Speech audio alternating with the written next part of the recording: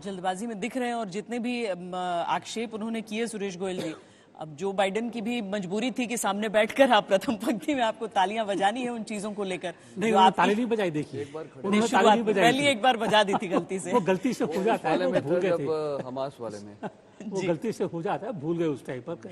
हाँ। जी श्वेता, अब मैंने उनकी स्पीच बड़े ध्यान से सुनी। 2-3 चीजें जरा ये मेरे ख्याल है, जो अगर मैं कंपेयर करूं 4 साल पहले और उससे 8 साल पहले भी जब स्पीच दी गई थी, किसी भी स्पीच में किसी भी प्रेसिडेंट इलेक्ट ने अपने पहले वाले प्रेसिडेंट की इतना जमकर के गालियां नहीं निकाली जो इस बार निकाली गई है। बड़ा भारी, बड़ा हैवी क्रिटिसिज्म किया गया है, ये अनप्रेसिडेंटेड था। ये यहाँ तक कि उनको जो कहना था कि जो अमेरिका का जो हाल है अभी, जो बुरा हाल हो रहा है, उसके लिए पिछले 4 साल की सरकार जिम्मेदार है, ये मैंने पहले कभी नहीं सुना। दूसरी चीज, पहली बार प्रेसिडेंट साहब ने आधा घंटे से ज्यादा बोला है ओथ टेकिंग के बाद में। ज्यादातर स्पीच 15 मिनट की होती है, बड़ी फोकस्ड, बड़ी शार्प स्पीच होती है। आधा घंटा बोला गया है, ये एक बड़ी यूनिक सी चीज लगी है इस बार ये। तीसरी चीज जो अभी अंजना ने वहां से बताई भी, कि उन्होंने साफ कहा है कि हम दूसरों के युद्ध में नहीं पड़ेंगे, हम पीस मेकर बनेंगे, हम जो बाकी युद्ध विश्व में चल रहे हैं उनको रोकेंगे। लेकिन जहां अमेरिका का हित है, जो अमेरिकन वॉर है, हम उनसे पीछे नहीं हटेंगे। तो मिडिल ईस्ट में नहीं जाएंगे, यूक्रेन का उन्होंने जिक्र भी नहीं किया। आपने देखा पूरी स्पीच, आधे घंटे की स्पीच में यूरोप का, यूक्रेन का कोई जिक्र नहीं। ये आप जरा नोटिस कीजिएगा। गाजा के बारे में बोला खाली क्या कि होस्टेजेस वापस आना शुरू हो गए हैं। इसके अलावा वहां पर अब्राहम अकॉर्ड या वहां पर पीस का क्या होगा उसके बारे में कोई जिक्र नहीं था। तो साफ जाहिर है कि ट्रंप एज प्रेसिडेंट, उनका पहला एजेंडा जो है वो domestic American interest, domestic event, American economy, American politics, American law and order, emergency at the Mexican border, वो उनकी पहली प्रायोरिटी होगी। ये बड़ी अहम चीज है। तो अगर हम सोचें कि वो इंडिया पैसिफिक में जाकर के अपनी एक संपृक्तता जताना चाहेंगे, तो मेरे ख्याल है थोड़ा टाइम लगेगा उसमें। ये पहला उनका एजेंडा डोमेस्टिक होगा। और मैं आखिर एक चीज और कहना चाहूंगा यहाँ पर, ये पहली बार ऐसा हुआ है कि अमेरिकन प्रेसिडेंट ने अपनी ओथ टेकिंग स्पीच में ही एक इतना एम्बिशियस एजेंडा सामने रख दिया हुआ है कि मैं अगले 4 साल में क्या करने वाला हूं।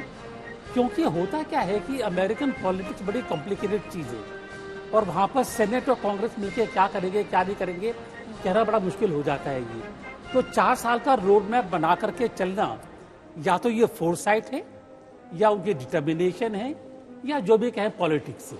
तो ये सब चीजें पहली बार मैं सुन रहा हूँ। आगे देखिए क्या होता है। पूर्णिमा नाथ जी हमारे साथ जुड़ रही हैं, रिपब्लिकन पार्टी की नेता हैं, अमेरिका से सीधे हमारे साथ जुड़ रही हैं। मुझे याद है पूर्णिमा जी की जब इलेक्शन चल रहे थे उस समय भी बहुत ही इमोशनल अपील आपने की थी। और आज देखिए, मुझे लगता है कि डोनाल्ड ट्रंप की सबसे बड़ी ताकत ये हो जाती है कि उनके जो समर्थक हैं वो केवल उनका समर्थन नहीं कर रहे हैं बल्कि इमोशनली उनके साथ जुड़े हैं। और जब नेता के साथ ऐसी आवाजें जुड़ी होती हैं तो वो काफी कड़े फैसले भी आगे ले सकता है। Definitely, thank you so much for having me. जैसे कि मैं पहले भी कही हूँ, डोनाल्ड ट्रंप की रैलीज जो होते हैं, यूजुअली मैं इमोशनल कोई भी लीडर के लिए नहीं होती हूँ, कि 2 लोगों के लिए मेरा इमोशन मैं खुद एक्सपीरियंस किया है। एक है प्रेसिडेंट डोनाल्ड ट्रंप और दूसरे है प्राइम मिनिस्टर नरेंद्र मोदी। ये मैं कह सकती हूँ कि दोनों के साथ मैं करीबी तरीके से जुड़ी हुई हूँ, because of the simple fact that उनका जो आइडियोलॉजी है वो very much towards betterment of normal people, populist leader है दोनों। और ऑब्वियसली इनकी कैरेक्टर्स डिफरेंट है, स्टाइल काम करने की तरीके डिफरेंट है, जोग्राफिकल सिचुएशंस डिफरेंट है, इश्यूज डिफरेंट है, but there are so many similarities in terms of working for the cause. तो ये कॉज जो है मुझे उनके साथ कनेक्ट करते हैं। तो सो डोनाल्ड ट्रंप की आज जो शपथ ले रहे थे, हालांकि तब चैनल्स में हमें दिखाई नहीं जा रहे थे, लेकिन मेरे आंखों में आंसू आ गए थे। तो ऐसे this is exactly I felt during his rallies also. और नरेंद्र मोदी जब यहाँ पे आए थे, मैंने खुद देखा है फर्स्ट रो में बैठ के इन 2019 ह्यूस्टन में, हाउडी मोदी में, तब भी मेरा यही इमोशन था कि इनकी जो एजेंडा है कंट्री की तरफ, एक ह्यूमैनिटी की तरफ, एक लोगों की तरफ, लोगों की भलाई की तरफ, दैट इज अनमैच्ड एक्चुअली। तो आपकी जो क्वेश्चन था कि emotional connect, it's very important for a leader to connect with people, but at the same time ऐसे नहीं है कि अब अगर आप अच्छा काम करो और सब आपके साथ कनेक्ट ना भी हो सकते because of your other reasons, karma and things like that, और fate of the country. But हम ये सिचुएशन पे बैठे हैं, it's such a wonderfully destined situation और डिवाइन इंटरवेंशन। मैं सोचती हूँ कि डोनाल्ड ट्रंप को जो लक, उनका जो फेट कनेक्टेड है अमेरिका के साथ। एक टाइम पे मैंने ये सोचा था कि जो कमला हैरिस को दिखाया जा रहा था, कि इमेज प्रोजेक्ट करा जा रहा था, she was not anything like what the media was trying to portray. लेकिन उनकी ताकत इतना थी, उनकी नेक्सस इतने बड़े थे, मुझे एक समय पे लग भी रहा था कि is America going to be finished. मैंने कई बार कहा है कि डेमोक्रेट अगर आए और डेमोक्रेट के हाथ में अगर सत्ता चले गए तो America is done, is over with, क्योंकि there is no way you can return back to normal in terms of crimes, in law and order, in terms of open border situation, illegal immigration, inflation, energy, अब सब कुछ ले लो। America was in a really bad position. तो अब जो है, it gives us hope as a normal person, as a just a citizen, like a regular citizen, हमें होप देते हैं। डोनाल्ड ट्रंप के साथ मैं इमोशनली जुड़ी हुई हूँ और मुझे बहुत अच्छा लग रहा है कि he won, and इससे ज्यादा हमें बोलने का कोई जरूरत नहीं है। But one thing that I have to say, it's इनकी जो भाषण थी आज, बाकी कंट्रीज भी इंस्पिरेशन लेंगे। आप आज जो बताए थे कि इन terms of Panama and etcetera, अब मैं जाके बोलूँ, इसके बारे में पहले भी बात कर चुकी हूँ, तो इंडिया जैसे कंट्री बोलेंगे कि हमारे लैंड लोग लेके चले गए थे अफगानिस्तान, पाकिस्तान, बांग्लादेश, अभी हम सबको कब्जा करेंगे, ऐसे भी हो सकता है। But there is nothing at this point of time हम कौन सी डायरेक्शन में जा रहे हैं। But at the same time जो अखंड भारत से अखंड अमेरिका प्लान की तरफ आप जिक्र कर रही है, लेकिन जिस इमेज की बात कर रही हैं पूर्णिमा जी, जनरल मेस्टन, वो इमेज तो एक डोनाल्ड ट्रंप का भी बनाया गया कि अगर डोनाल्ड ट्रंप रहे तो वो युद्ध कर देंगे। मतलब जब वो प्रेसिडेंट थे, उसके बाद दुनिया ने देखा कि जब वो प्रेसिडेंट नहीं रहे तब दुनिया ने सारे बड़े युद्ध देखे। आज यूक्रेन का जिक्र न करना वहां पर जब वो अपनी स्पीच दे रहे थे, जबकि वो इजराइल का जिक्र विस्तार से कर गए, दुनिया में शांति की बात कह गए।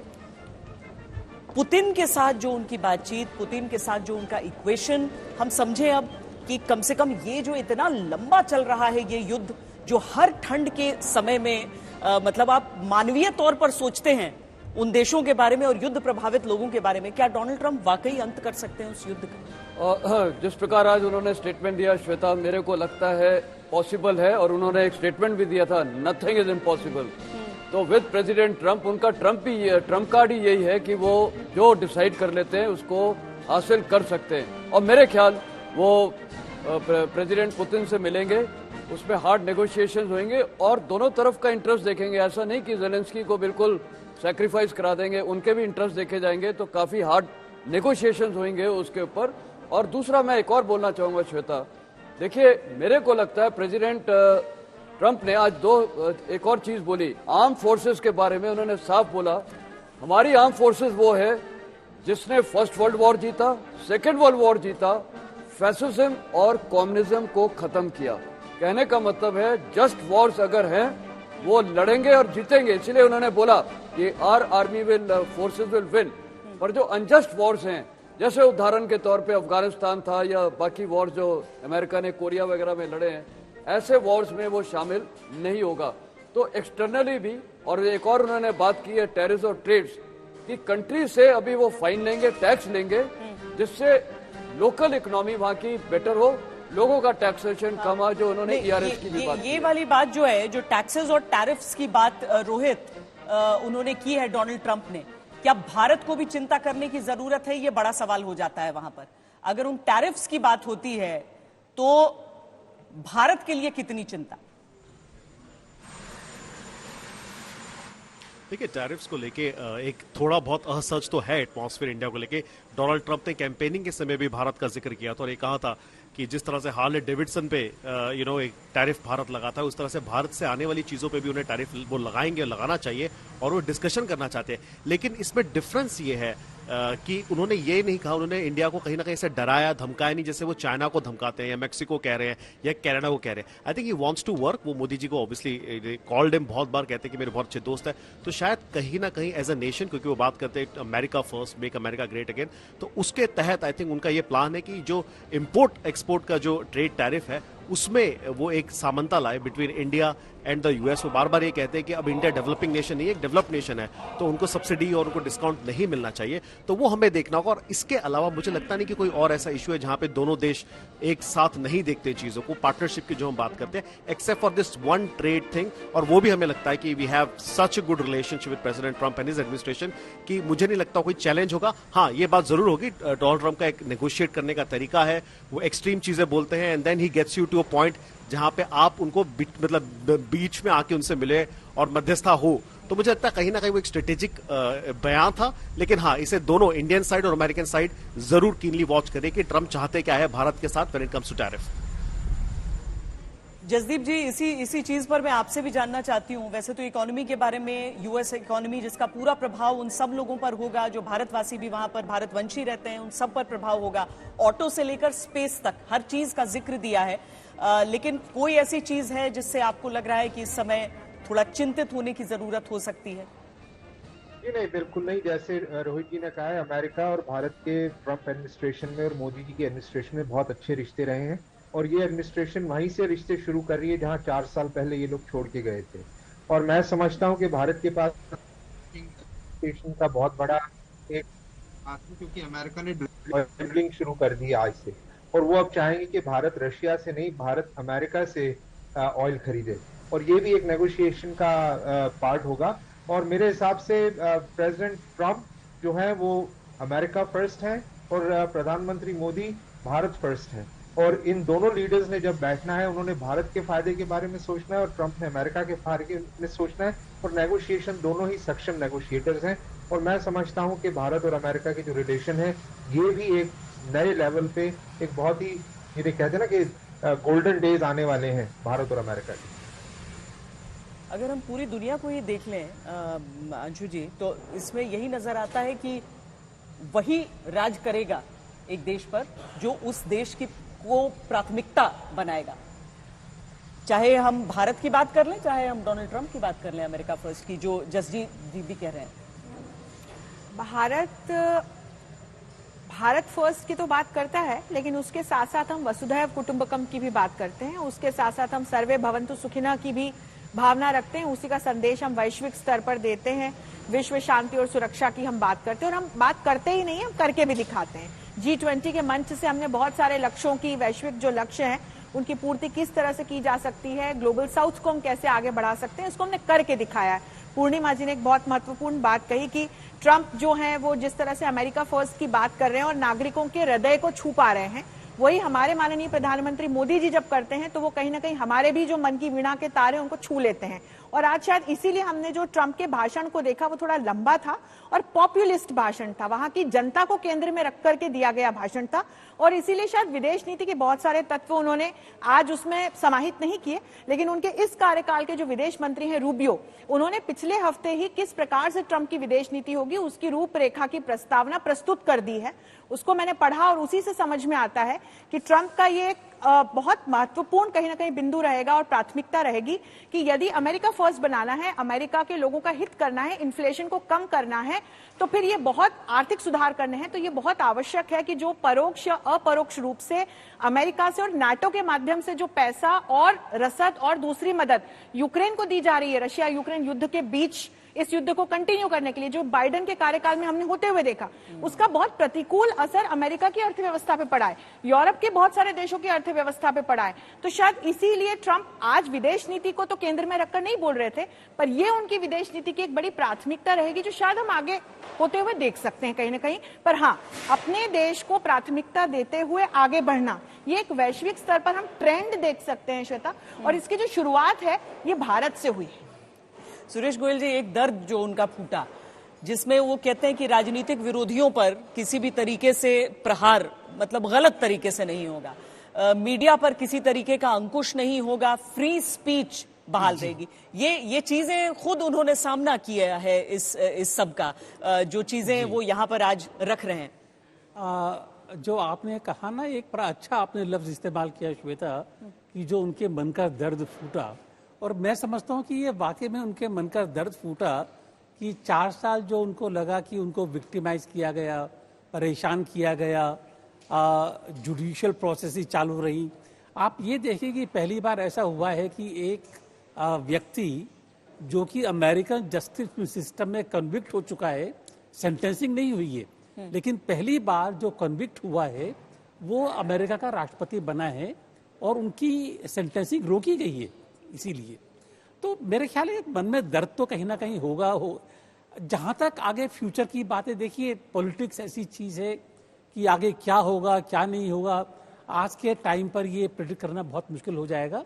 लेकिन बहरहाल वो उनको ये याद रहेगा कि उनको भी विक्टिमाइज किया गया है। ये मैं एक चीज मैं जरूर कहना चाहूंगा यहाँ पर कि ट्रंप के जो कहते हैं कि आपने देखा होगा कि जो 2 कंट्रीज का इन्होंने जिक्र किया, खास तौर पर कि पनामा कनाल हमने पनामा को दी थी, चाइना को नहीं। तो उनके मन में ये जरूर है विदेश नीति के तौर पर कि चाइना खाली एक जो थ्रेट है वो अब ये विदेशी थ्रेट नहीं है, ये एक तरह से डोमेस्टिक थ्रेट बनता जा रहा है, क्योंकि पनामा में आ चुका है, मैक्सिको में भी चाइना का काफी प्रेजेंस आ गया है। तो अगर ट्रंप के मन में ये है कि चाइना उनका नंबर 1 थ्रेट है, तो उस मामले में फिर भारत की इक्वेशन क्या होगी, ये बड़ी अहम बन जाती है ये, और देखना आगे इसके लिए जरूरी होगा। मैं विदेश नीति के बात में इसलिए कर रहा हूं क्योंकि मैं विदेशी मामले ज्यादा जानता हूं, लेकिन अब ये चाइना जो है उनके लिए खाली विदेश नीति का मामला नहीं है, चीन जो है उनके लिए जो डोमेस्टिक इंडस्ट्री है, उनकी आर्थिक नीति है, उसका हिस्सा बन चुका है ये। और अगर हम नए अमेरिकी राष्ट्रपति उपराष्ट्रपति को देखते हैं पूर्णिमा जी, तो भले ही जब कमला हैरिस नहीं जीती थी उस समय बहुत सारी बातें कही गई थी, लेकिन आज जब उषा वांस को हम देखते हैं उन तस्वीरों में, तो हमें थोड़ा सा भारत भी वहां पर अमेरिका की उन सीढ़ियों पर नजर आता है, सत्ता की उन सीढ़ियों पर नजर आता है। Definitely. देखिए, there's a difference between Kamala Harris and Usha Vance here. Kamala Harris अपने जो आइडेंटिटी है साउथ एशियन बोल के बोलते थे, कभी इंडियन नहीं बताया। इंडिया में गए नहीं, उनका पोजीशंस था, 4 साल में एक बार इंडिया में नहीं गए। इलेक्शन से पहले वो पाकिस्तान को अपीज कर रहे, मुस्लिम पॉपुलेशन को अपीज कर रहे, कश्मीर के बारे में बात कर रहे। अब जो आपको as an Indian born American citizen, I feel offended when anybody who has an Indian origin and they're afraid of talking about Indian origin and talking about South Asian. ये South Asian जो label है, मेरे हिसाब से it's a derogatory label to actually pull down the Hindu population, because South Asia में है क्या, 3 countries तो मुस्लिम कंट्रीज बन चुका है, उनकी ऐड करोगे तो 5 साल के बाद they are going to take over the Indian Hindu population over there. So I'm really I really feel offended when somebody talks about Kamala Harris and उनको पोर्ट्रे करते कि जैसे उनका इंडियन ओरिजिन ही है। इनकी जो फैमिली सिचुएशन है, मीना हैरिस की जो ट्वीट्स आपने पहले देखा होगा, दुर्गा के इसमें दिखाया है आपको, एक देवी के इस्तेमाल करके उनको इतना पावरफुल एक ह्यूमन को दिखाया कि it's is very derogatory for a Hindu in general speaking. Usha Vance का सिचुएशन क्या है, वो कहते हैं कि हिंदू प्रैक्टिसिंग हिंदू है, उनके लिए जेडी वैंस कैथोलिक बने, उनके लिए वो बैप्टाइज होके रिलीजन को एक्सेप्ट किया है, तो उनकी फैमिली पूरा इंडियन है, so which is very nice in general. But at the end of the day मैं कमला हैरिस के जो पॉलिसीज है कंट्रीज के लिए, मैं उनको from day one itself I have spoken about it, that she is not good, her policies are not good for the country she belongs to. At the same time, if you connect Indian origin to her, it is also an insult for an Indian like me. तो Usha vents को हम लोग separate रखें, हम अच्छा लगता है कि उषा वैंस यहाँ पे है, but at the same time you have to remember जो ओथ लिया है इस कंट्री की as a vice president is not a Hindu, is a Christian, Catholic Christian here. As a Hindu यहाँ पे पॉलिटिकल अगेन और एक प्लेस बनाने में, अपना एक आइडेंटिटी बनाने में बहुत टाइम लगेगा। अब पहले इसके बारे में बात कर चुकी हूँ, जैसे निकी हेली है और बॉबी जिंदल है, ऐसे कई सारे हैं जो क्रिश्चियनिटी को अपनाना पड़ा, उनको प्रूव करना पड़ा कि क्रिश्चियन होने से ही उनको एक्सेप्ट करा जाएगा। And I take my Hinduism in my sleeves. इसमें होता क्या है कि डिफिकल्टी हो जाता है कि लोगों को लगता है कि as a Hindu you can't be American enough. ये जो मिथ है, ये जो एजेंडा चलाया गया है, it has to be debunked and we are as American with Indian origin. ये जो नैरेटिव है, I am trying to establish